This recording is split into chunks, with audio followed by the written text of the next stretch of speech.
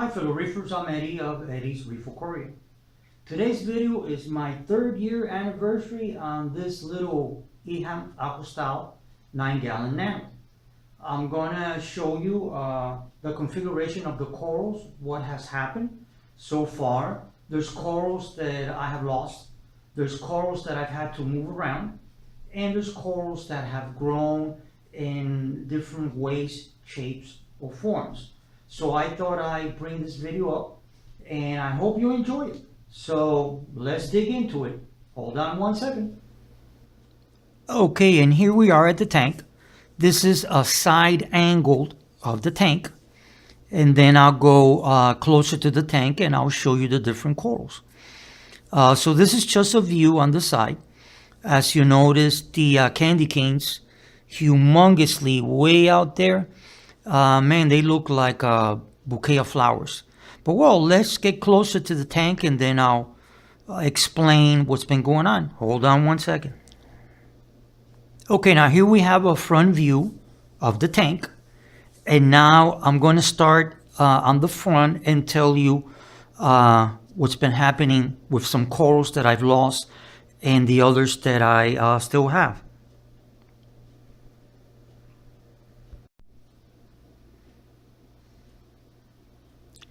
Okay, now here on the close-up, the Hollywood Stunner keeps growing and growing. It's expanding to the sides and around it. That's one of the corals, as I mentioned before, that's going to the Fusion 40. Now here, what I used to have, if you follow me, you'll notice that I had a acan that was growing and growing exponentially. But unfortunately, one day when I woke up and I started to look at it, I said, wait a minute, what's this cloudy thing over it? I actually lost it. It might have gotten some kind of disease. It was too late. So the acans, I went ahead and they died. I lost it. So what I did was I got the lobo and I moved it more towards the middle. The Duncan on the back, those I had to move him, as you see, towards, let's say, towards that part of the rock because they kept touching the lobo. And matter of fact, they were stinging the lobo. Now the lobo, when I got it, if you follow me way back, you'll notice that it was like one big polyp and a second one.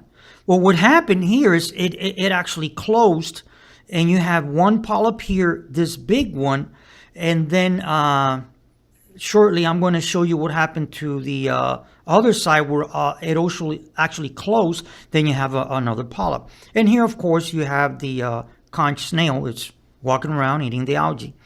The redactus mushrooms, they're there. They keep growing and spreading around the rock and all that.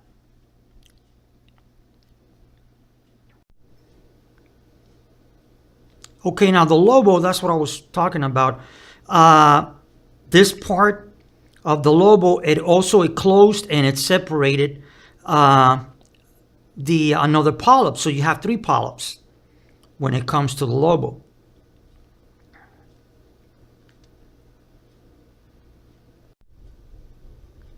Then the frog span, this is the left side of the tank.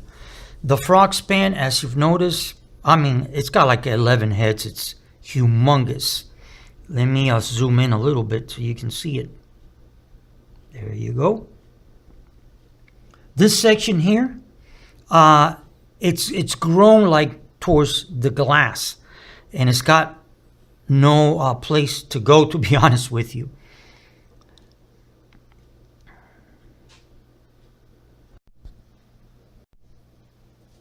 Okay, now this finger leather,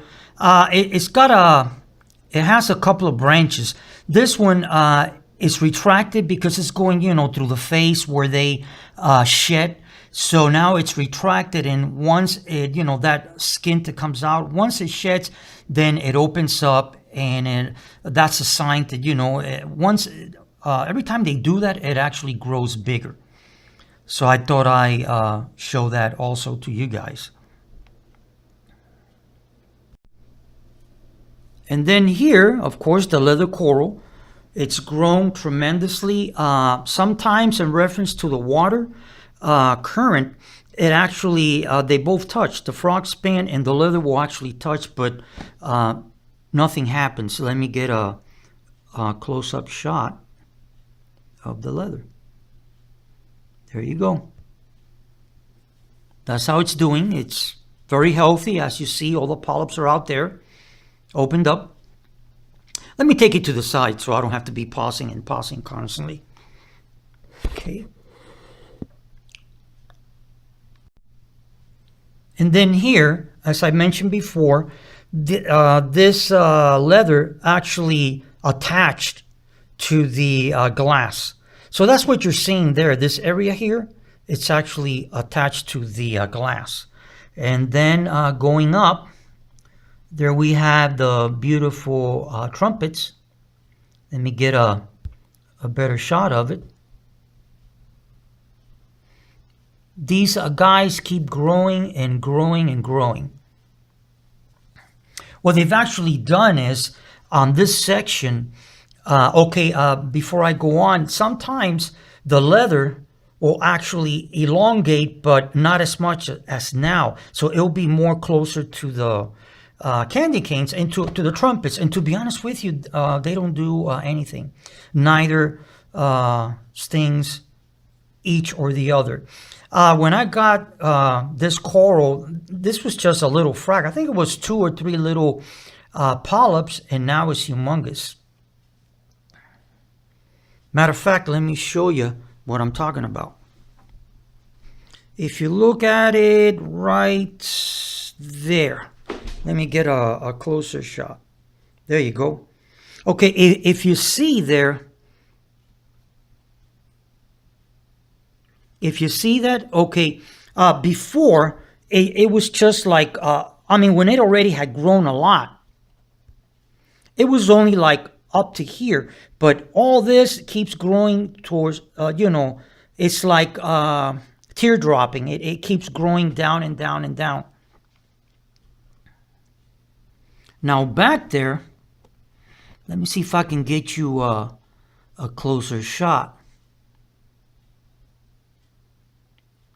without losing the focus. Let me see here.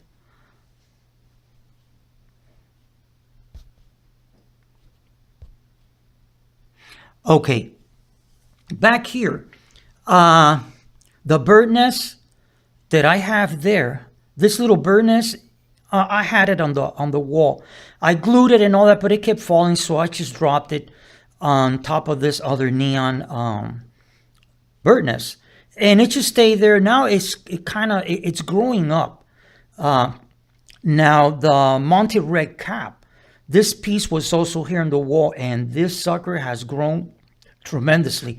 This is one of the other corals that I'm going to, and of course this is the frog span. This is a front view. Close-up shot, and as you notice, I know I've talked to this about this before on the other videos. My little clownfish has hosted the frog span, so he actually sleeps in the middle of the frog span when the lights ramp down and the heads start to close. He's always there in the middle of the frog span. Okay, and as I was telling you in reference to the Monty Red cap, let me get a close-up shot, so I'll show you. And there you have the Monty Red cap. It's humongous. It actually attached, this little frag, it attached to the Monty that's growing on the back. And as you notice, it's grown forward and forward. It's got a second layer right here. Let me see if I can show it to you. Yeah, it's got a second layer, and it keeps like moving forward and forward. As I was mentioning previously, this also is another frag that I'm going to put on the Fusion 40. When it came to the little frag, the bird nest frag, you see how it's actually settled down there, and it keeps going up.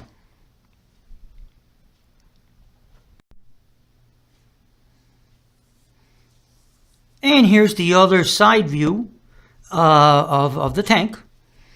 So this would be the left side of it. I hope you enjoyed this video. This was my Happy birthday for my 9-gallon Nano, 3 years in the making.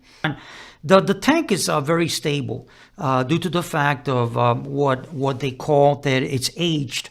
The water has aged by this time. Like after 1 year, that's what actually happens.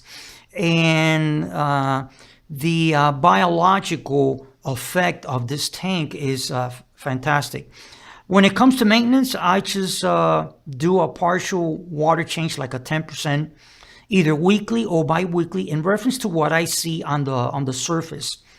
If there's a little bit foam, like if you see now, there is some little like protein foam, and since I don't have a skimmer, this tank is too small, then this Friday coming up, I'll go ahead and do a water change, maybe a little more. I feed my 2 little fishes every other day, Monday, Wednesdays, and Friday. And then I'll treat them, like let's say either Saturday or Sunday. And the only thing that I feed when it comes to the corals is Reef by Polylab. I stopped putting Fusion by Aquavitro. That I stopped doing a long time ago. And the corals are growing and everything's fine. So I hope you enjoyed this video. If you did, just hit the thumbs up, the like button, and go ahead and subscribe to my channel. And right next to it, there's a little bell. If you hit that, then you'll be the first ones to be notified that I uploaded a video. I want to thank you very much. And as I say on all of my videos at the end, happy reefing. Thank you very much. Bye-bye.